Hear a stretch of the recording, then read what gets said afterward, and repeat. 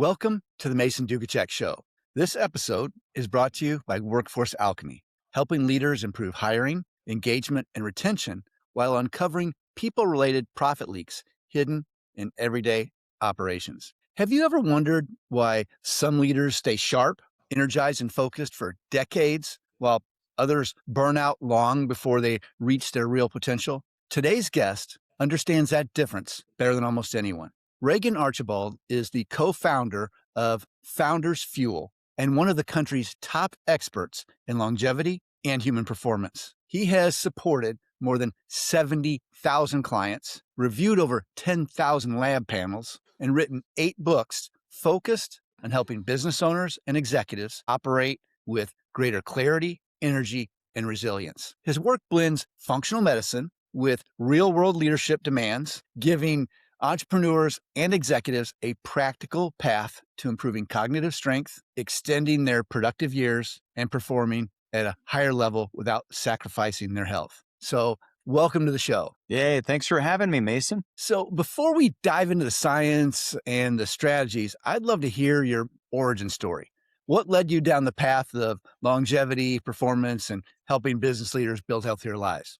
I grew up on a cattle ranch in Idaho, and so working hard on the farm was a normal part of life. And I had an uncle who was a doctor, and I was like, I want to get off the ranch. And I looked at that as a really good opportunity. The problem was when I got to my undergraduate work, I just noticed my brain stopped working, my body ached, I was putting on weight, I was always athletic as a kid, and the doctors just dismissed it. I was in my early 20s and they looked at my labs and they said, everything looks normal, you're fine. And I said, well, why do I have all these issues? And they couldn't really tell me anything outside of stress. They're like, take fewer classes. And finally, after like months of frustration, I've had a friend connect me with his naturopathic doctor, who is also an acupuncturist. And that doctor ran the right labs. And the doctor said, hey, have you ever been exposed to chemicals? And I was like, no, I grew up on a cattle ranch, healthy environment, in Idaho, and it was great. I didn't drink alcohol, I wasn't partying, nothing like that. He said, well, so no chemicals at all.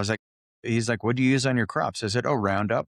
And he's like, okay, so did you use a lot of Roundup? I'm like, every day in the summer. And the planes would crop dust the fields with Roundup. I would be out in the fields a lot of those instances. And then he explained that Roundup's not safe. And I was, in the 90s, it was like everybody's using Roundup. And it was the best thing, as non-toxic, supposedly. But we realized that was the big crux. And so I went on a massive detoxification plan, changed my nutrition, got my health back. And that's when I realized, like, oh man, there's a whole nother world of medicine out there that's not being exposed on the Western side. And that's when I started changing my trajectory. Ended up at a school in Hawaii studying integrated medicine there, and then founded my practice in 2004 and been going at it for 22 years and always bring in the best of Western medicine, the sciences with Eastern medicine, functional medicine, longevity therapies. And every year, I can tell you, Mason, that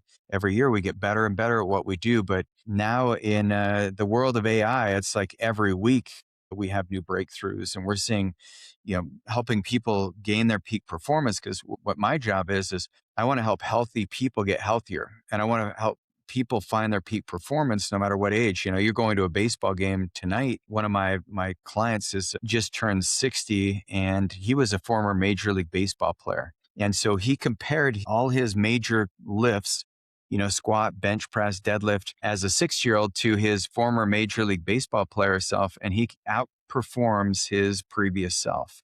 So, peak performance can happen in our 60s now, is what we're learning, which is very exciting. I'm not surprised by this at all. He has passed away, but Dr. Ed Wolfgram was a legend in the St. Louis area. He was an Ironman triathlon world champion after age 70.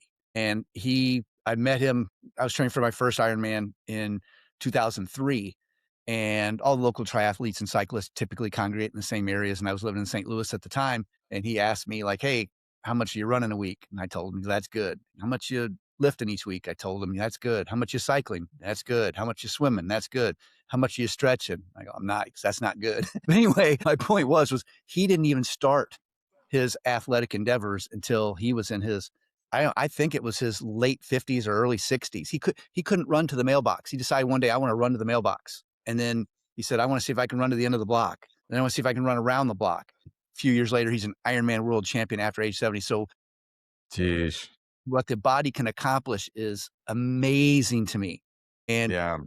I know that your level of expertise is that next level that a lot of people, they just like, "Oh, I'm old. I can't do that stuff anymore." And I'm not buying into that. Like, I know I've met guys like Dr. Wolfgram, and I know this is I've seen Yeah. it. I've been around it. So I know it's possible. It's not like that's some fantasy land. So I'm really, really interested in today's conversation. I know you work with a lot of business owners and executives who appear successful on the outside, but they feel worn out on the inside. What do you think is really driving that disconnect? I think we put wealth in front of our health, and especially when you got a team around you, you can justify working late, eating crappy. You're traveling. Travel is the biggest thing I hear my clients tell me, like, "Oh, how am I supposed to like get good food when I'm traveling? And you want me to take these peptides when I'm traveling?" And it's really just shifting your priorities. Where it's like if you build a lifestyle that's based around your health, you're going to have more leverage in everything that you do. And you'll find that your work's far more impactful. You'd make better decisions because hard to make good decisions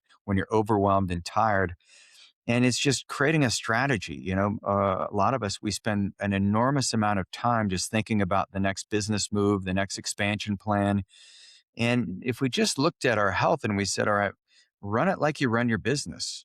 What do your blood labs look like this month? When was the last time you had a full body scan? What if you have an artery that's 80% occluded and you're just like months away or days away from a massive heart attack? That's going to set you back faster than anything else could. And so what we've done over the last 22 years is helped business owners actually look at their health as a key metric, as a KPI. Same way we look at P&L statements, and you're looking at your dashboard for your company. It's important to have an operating system, or what we call the ageless future operating system, for your own health. It's, I guess, maybe a little off topic, but maybe not. But I've seen this firsthand when people take their health for granted. A friend of mine runs a functional medicine clinic in Tulsa, Oklahoma, and one of her specialties is Lyme disease. And if you talk to all the, and I'm using air quotes for those listening, experts in the state of Oklahoma, "Oh, we don't have Lyme disease in Oklahoma." They do. Oh Problem yeah. is, you said something earlier, like they had to run the right lab tests on you. Yeah. And the ones that the insurance companies pay for because they're cheap, they don't work. And she would actually prescribe the right ones for not only Lyme disease, but for Rocky Mountain spotted fever and Ehrlichia and some of I guess the co-infections or whatever. But anyway, I don't co-infection is the right word. I'm not sure. But Yeah, anyway, that's it. she There's would do those other co-infections tests and always. surprise, surprise. And I watched people break down and cry in her office, like someone's listening, because I think the statistic is like the average person goes through 17 doctors before they can accurately diagnose Lyme disease. So these people think they're Yeah. crazy. The doctors are sending them off like, "We can't find anything wrong with you. There's nothing wrong with you." And they say, "I've got brain fog. I've got anxiety. I'm driving down the highway and I don't remember why I got here." Mm, And I literally watched an executive who had it say, I have anxiety about getting on a plane and I got to travel all over the world and I'm terrified to get on a plane. And I never used to be like that. It yeah. just, the power of that. So I have seen, for lack of, don't want to misquote the word, but literally disabled executives because of their health, not Right. able to function, not even close to normal. I mean, total brain fog, can't remember, can't focus. And that was Lyme disease. And I know, let's talk more about your stuff, but like I have seen firsthand with my own eyes, people who are so capable of so much more rendered to a shell of their capabilities because of bad health. So this is not Yeah. something that I take lightly. So I know and this was one of the other reasons I was interested in bringing you on. I know that you've reviewed more than what, 10,000 Oh, lab yeah. results. Well, more than that. Yeah, but for sure. So what have you learned from looking at 10,000 different lab results that most people would never even think of or not even know to look for? Well, patterns emerge, and so it's one thing to get a diagnosis, but the diagnosis is just like, okay, now you fit in this little box, and so you've got Lyme disease. It's a diagnosis, right? But it's like, okay, well, every single person with Lyme disease that we've treated and diagnosed, there's like you mentioned, the word co-infections. Now you're going to have mycotoxins. So there's going to be mold exposures. There's going to be bacterial invasions. There's going to be a viral overload in the body. And so it's like, how can you get to the root cause? And that's probably the most important thing that you can see is when you start recognizing patterns, you realize that there's hormonal imbalances and there's liver issues and there's gut issues. And then there's neural inflammation that all needs to be addressed. And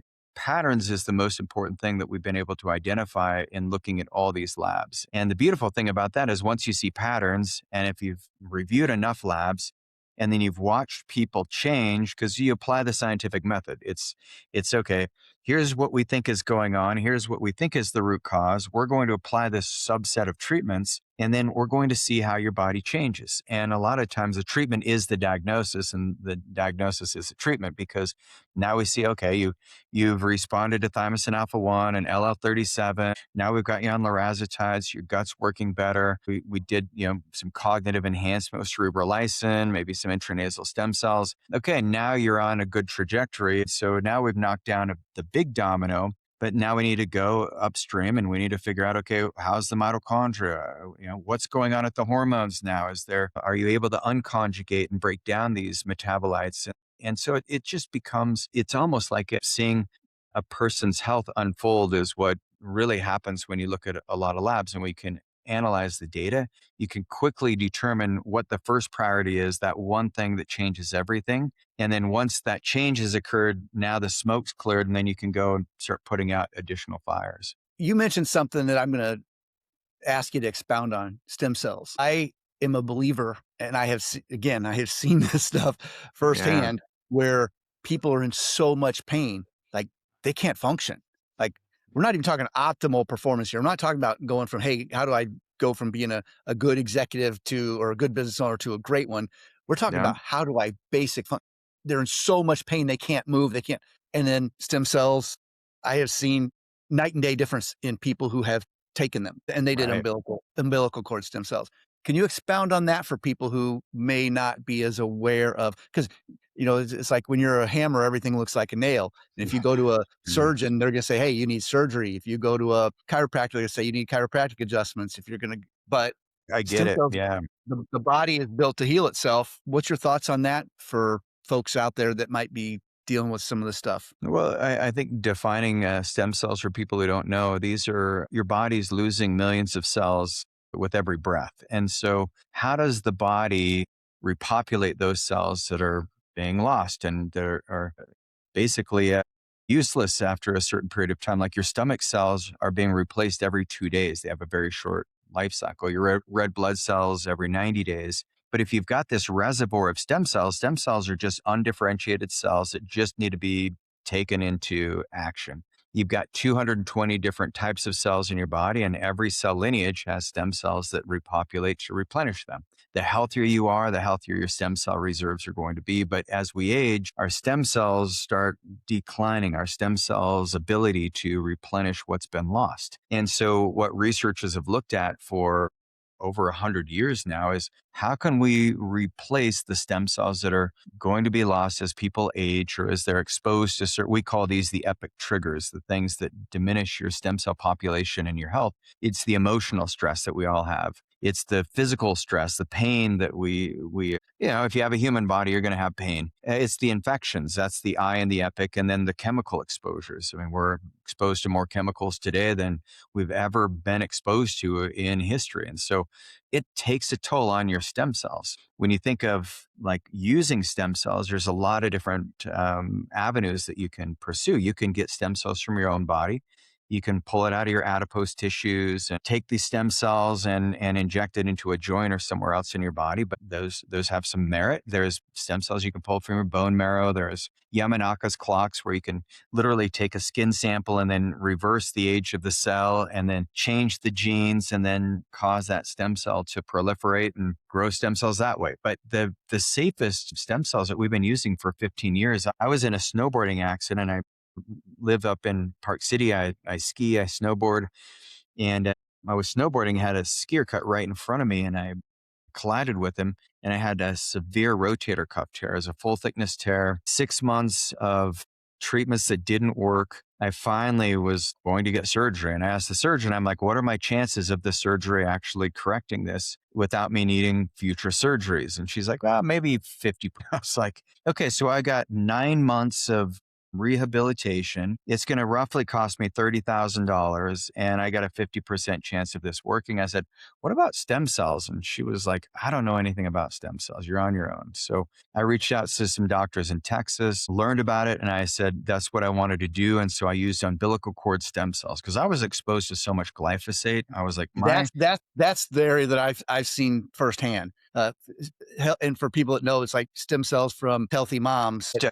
Yes, we're not yes. using any kind of fetal stem cells. These are from the umbilical cord. It's mothers who are it's first time mothers. So these are young mothers, first time birth. For one reason or another, we only use cesarean birth because you got to sterilize the tissue so much that the stem cells die. Most labs don't even, like most doctors, don't even recognize the difference between the two. But yes, in mothers who have had the COVID vaccine, they're ruled out because that mRNA can get into the umbilical cord. We don't want to pose any risk. I mean, we're trying to help people regenerate and get younger, not to put them at risk of having another issue. And from So what I understand, there's a lot more, the greater volume of actual stem cells from an umbilical cord that you can use versus if you take it from your body, you're basically, it's like you're given a piggy bank when you're born that's full of stem cells. And as you get older, you use them up and you have less and less and less which to draw from. At least that's my that's understanding. correct. And it's not just fewer, but they're far less robust. They just don't differentiate. When we're young, our stem cells every 24 hours, they're doubling. And so you've got this exponential growth curve. By the age of 35, it's roughly 36 hours. And then by the age of 60, it's 60 to 72 hours. And so you just don't have the regenerative capabilities in your own stem cells. But these umbilical cord stem cells, you have these Muse cells that we've started using this year. These are the multilineage, they have pluripotency. They're non-tumorigenic, non-teratomic. They don't cause cancer. They don't cause growths is what those two terms mean. And we see massive regenerative properties. I mean, we do a treatment intranasally. It's just a nasal mist. I used to have very severe ADHD, completely reversed that. We've had patients that were just in, one of our clients had a massive automobile accident, herniations in his cervical spine and his lumbar spine. He didn't want surgery and he tried everything. And we did stem cells on him 3 months ago and he's never felt better. He's like, my pain's I've seen gone. this. Like, this is stuff I've seen. And I know that everyone, you have to have your disclaimers that things work Yeah. differently for people. But I mean, We, I actually know people and have seen one guy, he played football in college and he's actually a D1 coach right now, but played football in college and he couldn't hold his kids up. He couldn't, mm, he couldn't hang clothes up in his closet. And shortly after having stem cell treatment, he was able to literally move his arm up. And he's like, watch this. I've seen the before and after and like this, and this is when no cameras are rolling. There's no incentives. I right. mean, the guy's Yeah. just happy and he's like, I can't believe this. So anyway, I've seen it and it was amazing to me. It's I love the non-traditional, and at least your doctor was honest and they didn't discourage you. Said, hey, I don't know anything about it. That's on you. And good for yeah. you that you took the initiative to go learn more. So what's one thing that you believed early in your career about health and performance that you now realize was completely wrong? I think probably the biggest one that I realized is that the body, no matter what age it is, like if you give it the right environment, it can heal. You know, we think all these chronic diseases, like just because you have the genes that relate to Alzheimer's or dementia or whatever, you name the disease, it's like those genes can, just like they're expressed, they can also be turned off. And so I think the thing I didn't realize is just how intelligent the human body is. I always knew it was, but the older I get, the more at awe I am at just the function of the human body. It's just a miracle that we even are here talking. I mean, it's crazy. The human body just has endless amounts of miracles that happen every single second that you and I are here. I'm glad we're having this conversation because for people watching or listening, like there's people who have done way more than me, but I mean, I have completed 100-mile ultra marathons. I have done Ironman triathlon.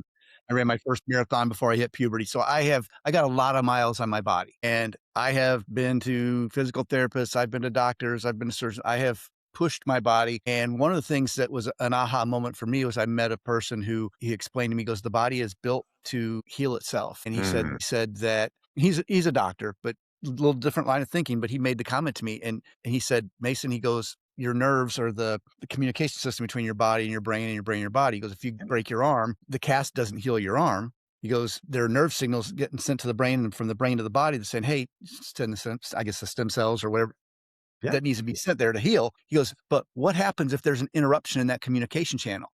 He's like, how does a man get testicular cancer in one side and not the other, or a woman getting breast cancer in one side and not the other?" Right. He says, "I believe that it is compromised nerve function." And he goes, Yeah. "And every nerve in the entire body goes through the atlas vertebrae at the base of your skull." He goes, "And Yeah. if there's a compromise in that, if it's pinched or whatever," he goes, "all the other vertebrae are in place, interlocking it, whatnot." He goes, "But that one held in place by muscle memory." And he said that when that thing gets out, don't think of nerve signals being like a flow through a garden hose of water. When it's Yeah. unlocked and unjammed, you have your Good communication flow. network between your body and your body's working. But you get that thing kinked, it's just like the water would sputter out of a garden hose. But instead of thinking about water, think about your nerve signals. And he goes, and if your Mm. body to the point that that's how this stuff develops. And people just think, it's my genes or oh, it's genetic. I mean, this is stuff that you can identify and clear up. And it's not a complicated process. It's not painful. I mean, upper cervical chiropractor was his specialty. But my point is like I am amazed at how the human body can heal Right. itself, just like you.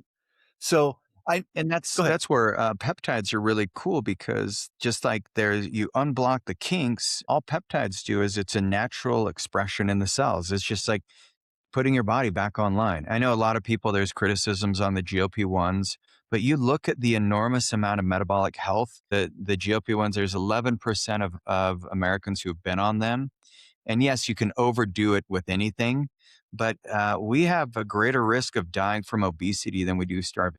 And so just by restoring the signal to let your body know when it's full because we broke the damn signal, it makes such a big difference. I mean, I just see that every day things get better and better. Never been a better time to be alive. So many leaders assume that their stress is normal. What is the moment when stress stops being fuel and starts becoming a liability? It's when you notice that there's an anxiety around that, like there's stress is good. Like you and I, we had to clear our schedules to have this meeting, right? And we could have been doing a litany of other things, but we decided like, okay, let's get our team to coordinate our schedules and let's like make this conversation happen.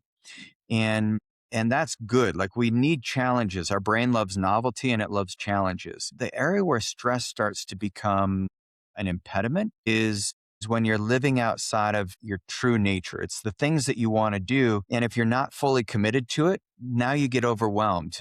So leaders, they're doing things, they're setting big goals, they're managing their team or their business in ways that are not congruent to who they are as a human. And that's where I see things go off rail. You can do massive things. You can grow the biggest company you could ever imagine. You can be like in Nvidia, which is, yeah, I think what are they, like a $4 trillion company? I mean, ridiculous. Or you look at Elon Musk, it's like that dude knows what his life purpose is. He knows what his mission is. And yes, he pushes himself really hard and he does, you see when he exceeds the limit, he makes poor choices. So it's almost like with leaders, the stress kicks in when we do things that are not congruent with who we are as a human and when we've forgotten to take care of ourselves along the way.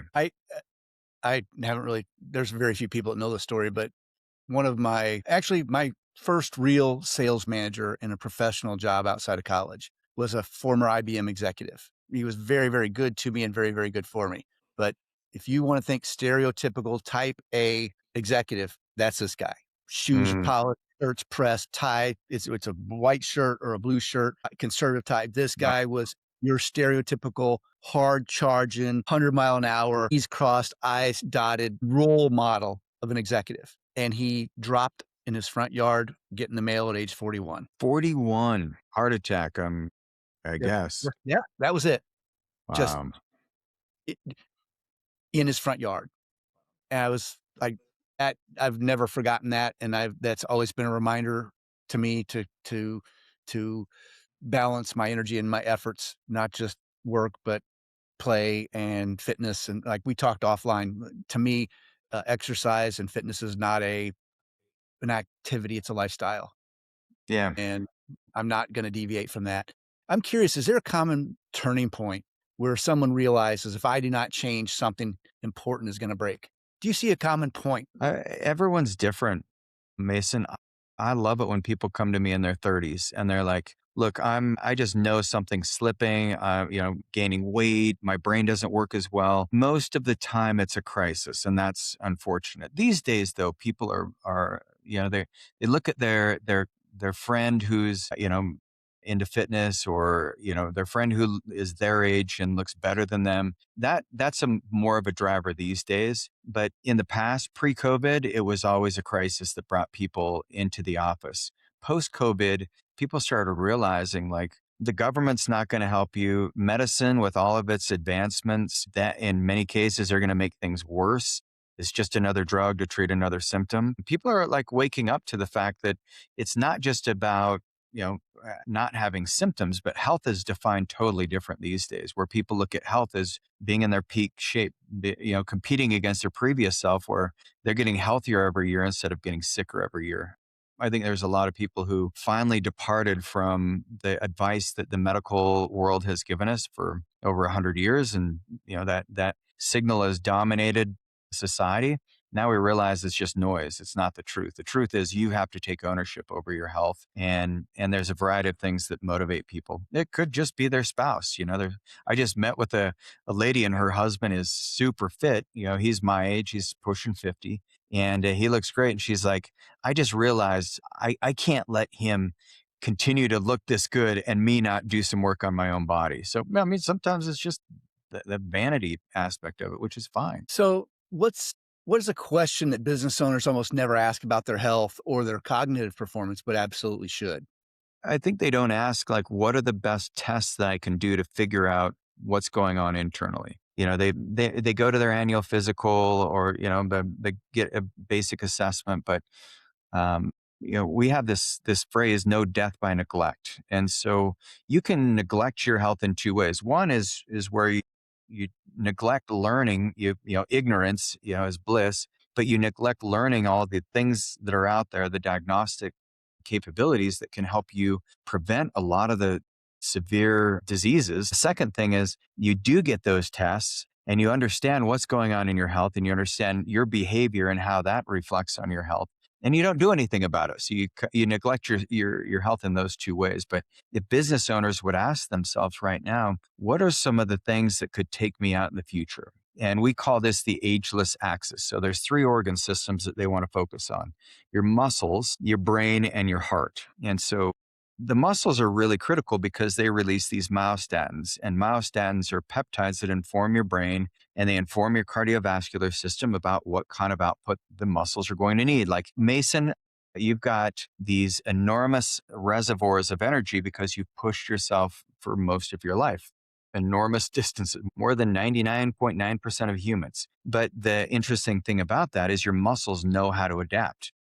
I mean, your slow twitch muscle fibers, I couldn't imagine. Like, you'll have this muscle memory the rest of your life because you're an athlete. The the muscle also helps protect your joints so that they don't break down. You don't fall and break the head of your femur, which can really accelerate aging. We have a no pain policy. And so you need to have muscle to help support all the joints. You're not living with chronic pain. The brain is really interesting because we can replace almost every organ system in your body. Like, you can regrow. If you look up the Terasaki Institute, they're almost to FDA approval, where they can take a sample of your tissue. And if you need a kidney transplant, rather than waiting on the list and just, most people never get around to getting a transplant, they die first. But now we can regrow all the organs in the body except the brain. So you can't take your brain offline and, like, replace it with another brain, but you can do that with your heart, your kidneys, your liver, virtually anything. And that's what the future looks like. But you got to protect your brain. If you've had concussions, if you have had a life of chronic stress, that can deteriorate our brain. And then on the cardiovascular side, VO2 max, if you want to reduce your risk of death by over 400%, just get in the elite level of VO2 max. And that's the best predictor of longevity and health span. We want to align health span with lifespan. And so those three systems any business owner, if they just ask themselves, how do I know how healthy my brain is without me subjectively saying, oh, I'm very sharp? But it's like feeling good is not a diagnosis. It doesn't give you a future output on what your body's doing. Look at your muscle. There's many tests you can do there. And then look at your cardiovascular fitness. That's where business owners can really keep themselves in the game operating at a much higher level, but also doing it for longer. I loved your answer about doing the right tests because we live in an age where AI and the internet, people read Right. something and they think, oh, I did my research, or I'm an expert now. I've got some information from the internet, so it must be true. And wink, wink, nod, nod, air quotes for those who are listening and not watching. But I had a guest on, I think his name was John Malura, and he was a NASA engineer and very, very sharp guy. And he said, one test is worth 1,000 opinions. Yeah. I love that. And if you're doing the right tests, the data shows what it shows, and you're not going to get answers to questions you're not asking. And if you're not testing for some of these things that you're talking about, you're not going to get answers to the questions you're not asking. So I love your answer there. What are some of the things that people should absolutely be testing for that they're not, and how come? Well, I think it all starts with the way that the medical system is built. What will your insurance cover? That's what most people, they're just getting tested on what their doctor will order. But I can tell you the blood labs that you're getting done is basically 24 markers. It's a CMP and a CBC. It's like, that's just very shallow. Gives you some insights, but it all starts with the blood labs. We run over 100 different markers, but we're looking at liver function, deeper levels, inflammatory markers, thyroid function, hormones, mycotoxins, everything that's going to interfere with your health and where your deficiencies are. Those need to be addressed first. And then stool testing. It's not a fun test, but the gut biome is your predictor for future health. If you've got good bacteria in your gut, you've got the proper signaling going on there, you're going to live a lot longer and be in a lot better space than someone who doesn't. Metabolomics, so looking at the toxic burden in your urine, it's really important. Looking at heavy metals, you can also look at mitochondrial function from this, oxidative stress, and then outside of that, think about doing a full body scan. Like we're going to our partner clinic in Texas, so I'll be in Plano tomorrow, and then Houston the next day. Advanced imaging, so we do brain MRIs, we do full body CAT scan imaging, and then we're doing these cool tests. It's I don't know if you've heard of a digital colonoscopy, but instead of like having the camera, you can actually there's ways of doing it through MRIs. And so just get the basics done. Full body imaging is not all of it's great. Like if you're doing a full body MRI, they're moving you through too quickly. So you're not going to get a good snapshot, but get your brain done with an MRI, get your body, look at all your arteries with a CAT scan. And then colonoscopies can be risky. So think about doing a digital colonoscopy. I'm willing to bet that almost nobody listening has heard that advice because, like you said a mouthful when you said insurance is dictating healthcare. Like I'm painfully aware of that. Like, and I think most people are. Like literally was scheduling doctor's appointments for 3 weeks from now, and I'm like, hey, I'm going to be because I've been in Florida. I'm going to be going back to Kansas, and I was like, hey, I need to get some blood tests done ahead of time. Like, oh no, insurance won't allow us to do that until after we've seen you. I'm like, what am I going to tell you? I feel fine. And then you're going to send me Right. to get labs, and then they're going to have another. I mean, you're wasting time and you're wasting money. Oh, our insurance won't cover it if you don't do this, this, this, this, this. I go, Right. I never met the insurance company. They've never analyzed my body, and they are in charge of my health care. Big time. It's not Crazy. doctors who are running medicine. That's for sure. So I really appreciate what you're talking about. And one of the things I hope people are taking away is take, and I think you hinted at it earlier, straight up said it, but taking charge of your own healthcare. Like this is a priority, and no one cares more about your health than you. And I got great doctors and stuff, and I've been very blessed. My doctors are great, but like yours was honest enough to say, hey, that's outside of my range. I don't understand that. But let me shift gears just a little bit. You often talk about you mentioned the term earlier, said you talk about knowing your health span, not just your lifespan. You mentioned that term. What does that number reveal about a leader's future that most people don't realize? We take our clients through what we call a health span assessment. And so that's where we can predict the biological age of all the different systems in your bodies. So someone may have really good, they may look great. I mean, you'd see their physique and you'd say, that dude is so healthy. But maybe their muscle health is 10 years younger, but then we look at their brain and their brain's 10 years older. Or we look at their thyroid function, and their thyroid function's 10 years older. If you look at things holistically, the gut is a big one for the people who look great on the outside. You look on the inside and there's some damage. So when it comes to business owners, it's almost like if you just like take your team members at face value, well, they show up on time, they smile, they have good manners, and you just think they're your best performers, but you never actually look at the results. You don't look at the metrics. That's what a lot of business owners are doing with their health. So, for executives who pride themselves on being tough, disciplined, and driven, what's the blind spot that they almost never see coming? Well, when it comes to health span, they don't realize that they're not getting oxytocin. So oxytocin, that's the bonding neurotransmitter. But oxytocin also releases nitric oxide. So a lot of those kind of tough around the edges, the type A, the IBM executive that you mentioned earlier, the 41-year-old that died getting his Mel. Well, if you think about if you have oxytocin or you just have love, you lead with love. I know it sounds cheesy, but you have massive amounts of oxytocin. That's how humans are designed that's how our bodies are the most healthiest when we're in a state of love. And you can't be in a state of love if you're always just like driven because it starts with you. You have a slave driver for a boss. Everyone else is going to be your slave as well. So, if an executive asked you, what's the cost of ignoring my health for one more year? How would you answer that in the most honest way?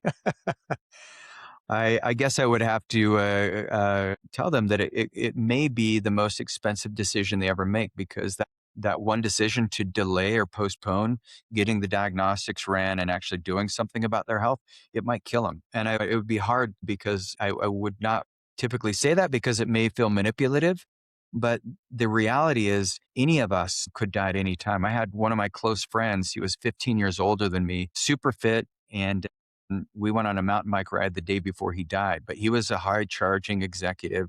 He died in his garage working on his mountain bike the day after he just smoked me climbing. And he was very type A.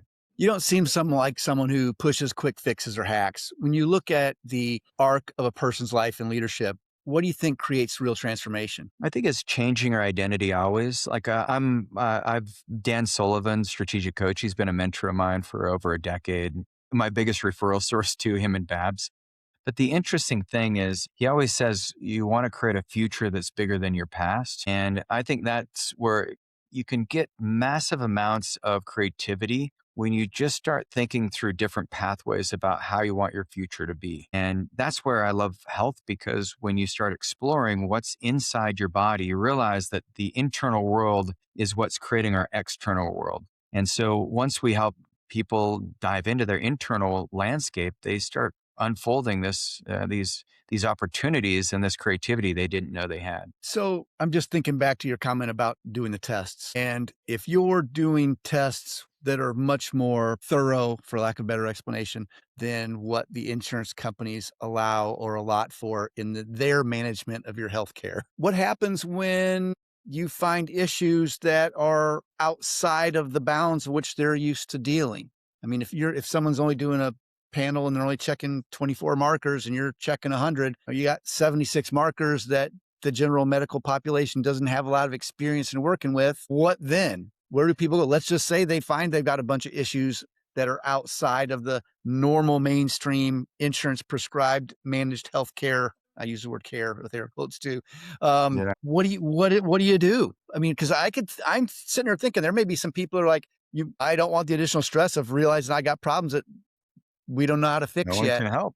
Yeah. Well, there's companies that can help. I mean, that's what my clinic specializes in. We've got a phenomenal medical team, and so there's other companies out there that are trained in functional medicine and longevity medicine, regenerative medicine. So it's just finding the right partnership. It You want sounds like you have partnerships with some of these folks set up already, or is that all under one house? No, nationwide. It is kind of under one house. I am partners in pharmacies and imaging centers, and so we're licensed in all 50 states. So we have created an ecosystem where people have access to the world's best medicine, but they don't have to be a billionaire to access it. So tell people how, first of all, thank you. Second of all, if people want to know more about you, the work you do, all of this stuff that we've talked about, because I mean, we've covered a pretty wide range of topics. And I think if anybody listening takes anything away, it's just like, I don't know what I don't know yet, but there's one way to find out, and Yeah. it's through thorough tests. That's it. And how do people find out about you, the work you do? What's the best way for them to engage with you or learn more? They can go to agelessfuture.com, schedule a free intro session with one of my health ascension specialists. And then if the program that we offer makes sense to you, then they'll help you get your blood lab scheduled. And then you'll meet with one of our doctors and they'll go through everything with you. It's pretty Is it simple. most of it virtual or uh, do you have locations that We they do go? both.